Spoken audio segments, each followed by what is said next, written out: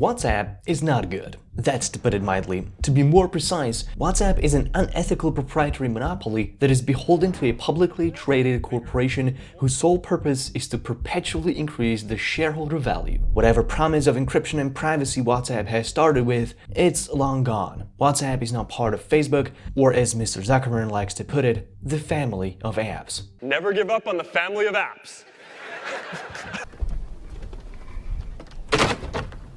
Nice job, team. Facebook bought WhatsApp for $19 billion in 2014. At the time, WhatsApp was only 5 years old and was not making much money, if at all. The revenue promise was bleak at best, as WhatsApp was rolling out end-to-end encryption for messages with what at the time was known as text-secure encryption protocol, which later became known as Signal. So why would a mega corporation that generates billions of dollars in revenue want to buy a new startup that can only generate a few millions? WhatsApp had 450 million users, adding additional 1 million to this number every day. Such an exponential growth caught the cyborg eye of Mark Zuckerberg, whose Messenger was the second most popular mobile messaging app, only to WhatsApp. This deal came shortly after the Snowden leaks on NSA mass surveillance, in which Facebook was seen as all too willing to comply with government requests and go out of its way to provide its user data to intelligence agencies. Naturally, backlash from privacy advocates followed, so this is where big promises started to be made. Jan Koum, the co-founder of WhatsApp, promised in a blog post that nothing will change for WhatsApp users. In Koum's words, WhatsApp was supposed to be a solution to KGB-like surveillance he grew up under in USSR Ukraine. Respect for your privacy is coded into our DNA, and we build WhatsApp around the goal of knowing as little about you as possible. Zuckerberg announced he was not planning to aggressively grow WhatsApp's revenue until the service reaches billions of users. A promise was made by both WhatsApp founders and Facebook that WhatsApp will not share its users' data with Facebook.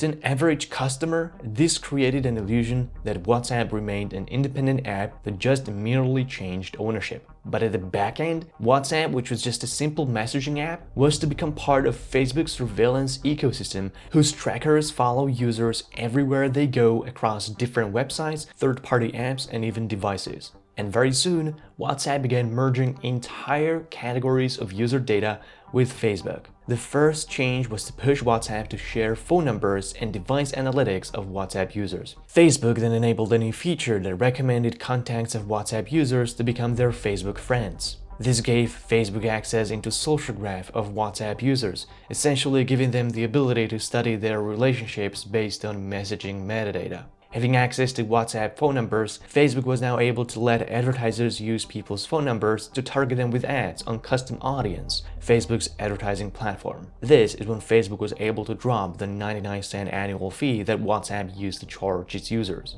And as a new revenue stream, a new feature called WhatsApp Business enabled companies to create profiles to communicate with their customers on WhatsApp, which is a fancy way of saying it allows businesses to run ads on WhatsApp. It became clear that Mark Zuckerberg didn't want WhatsApp to submit its dominant market position to Facebook. He wanted WhatsApp to grow as much as possible, and giving it away for free was the best strategy in the long run. It also proved invaluable to earn trust of Facebook shareholders, as this was at a time of the meltdown from the Cambridge Analytica scandal, where Facebook was caught red-handed in its negligence, sharing sensitive user data with malicious actors without user consent. Zuckerberg managed to prove his status as a competent CEO with a clear vision to boost long-term expansion of his empire. So that's why I believe that the future is private. I know that we don't exactly have the strongest reputation on privacy right now, to put it lightly. Everybody was happy. Everyone except for the WhatsApp founders. In disappointment with the direction Facebook was pushing WhatsApp in, Brian Acton left the company and tweeted #DeleteFacebook. He also donated $50 million to Signal. Jan Koum also resigned from the company, and he went on to play Ultimate Frisbee.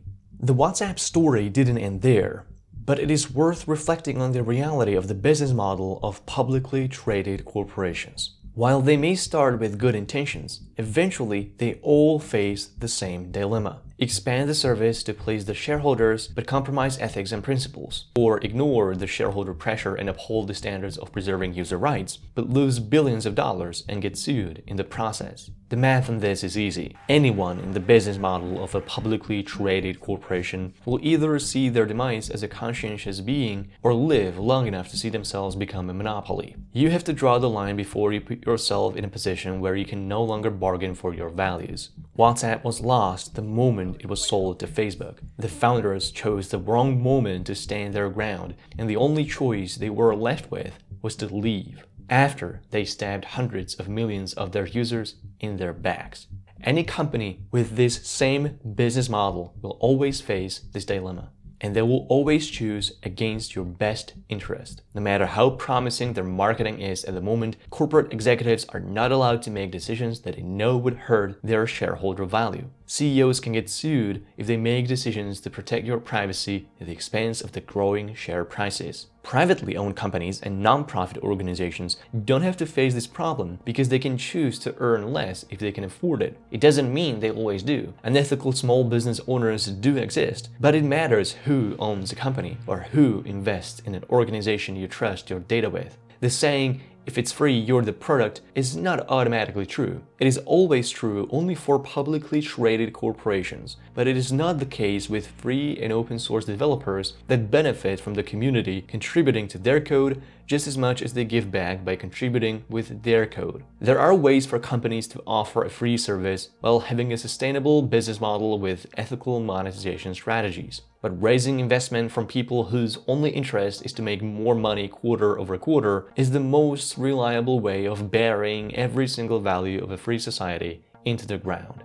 Zuckerberg's ultimate plan is to integrate Instagram, WhatsApp, and Facebook Messenger so that users can message each other across all three platforms without having to create an account on each of them. This project would share the data of well over 2 billion people with Facebook, even those that have never created a Facebook account. The three messaging apps would still keep their separate interfaces, but it would function under the same umbrella. If successful, the trinity of the Facebook empire would cement its dominant market position that would be impossible to challenge by anyone. Every business exchange, every personal conversation, every social interaction would at some point go through the gates of the walled Facebook garden. Expanding end-to-end encryption from WhatsApp to Instagram and Messenger is a sneaky part of the plan to ease people into accepting the new privacy policy. But end-to-end encryption is not enough. Your metadata is just as valuable. That's what campaigners, advertisers, and malicious hackers are after. They want to know who you talk to, how long, how frequently, when, and where. Your metadata gives away what social, political, and cultural circles you occupy most of your time in. They can determine your political leanings, health status, career, interests, hobbies, purchasing habits, financial activity, religious beliefs, sexuality. Anything that can be known about you is outed by your metadata. WhatsApp gives away your privacy to Facebook. It doesn't even matter that its encryption protocol is the same as Signal's, the gold standard of centralized messaging security. According to WhatsApp's privacy policy, the service automatically collects your phone number, contact list, location information, including your IP addresses and GPS data, hardware model, operating system information, battery level, network information, unique device identifiers, language and time zones, your profile, transaction data, and much, much more. Collecting any of this information is on its own bad enough because it is not necessary to deliver an end-to-end encrypted messaging service. It is only necessary to deliver material for advertisers to monetize. As part of Facebook companies, WhatsApp is sharing entire categories of data about you and your phone with Facebook. WhatsApp is by no means a secure messaging app. It is owned by a company with a horrible track record of bad security practices and disastrous privacy policies.